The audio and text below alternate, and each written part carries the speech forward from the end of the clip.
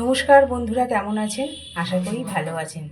আজ আমি করে দেখাবো পটল আলু দিয়ে মোরলা মাছের ঝোল। গরমের সময় কিন্তু এই রেসিপিটা খেতে দারুণ লাগে। পটল আলু দিয়ে মোরলা মাছ করার জন্য এখানে নিয়ে নিয়েছি মোরলা মাছ।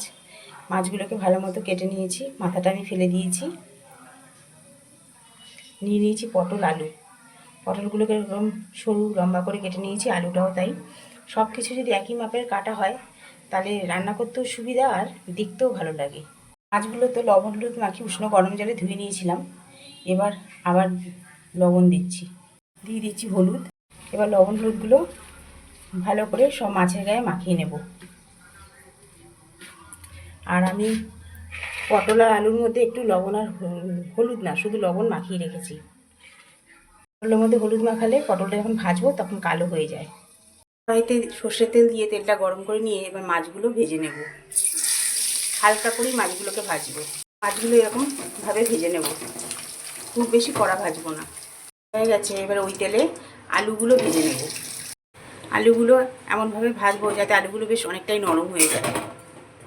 আলুগুলো ভাজা হয়ে গেছে, এবার ওই তেলের মধ্যে দিয়ে দেবো পটল।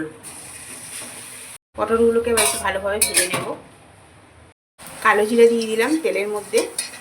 পটলগুলো ভাজা হয়ে গেছে, ওই তেলের মধ্যে দিয়ে দিলাম কালো জিরে।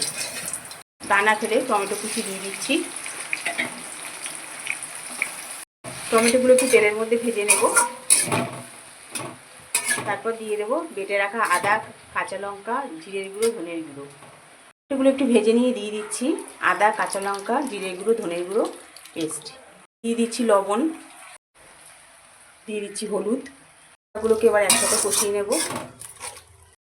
মশলাটা অনেকটাই কষে এসেছে, এবার দিয়ে দেবো ভেজে রাখা আলু আর পটল।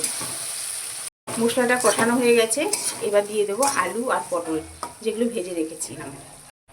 আলু পটলগুলো দিয়ে দিলাম। মশলার সাথে আলু পটলগুলো একটু করে কষিয়ে নেব 2-3 মিনিট মতো। কষানো হয়ে গেছে, এবার দিয়ে দেবো একটু গরম জল।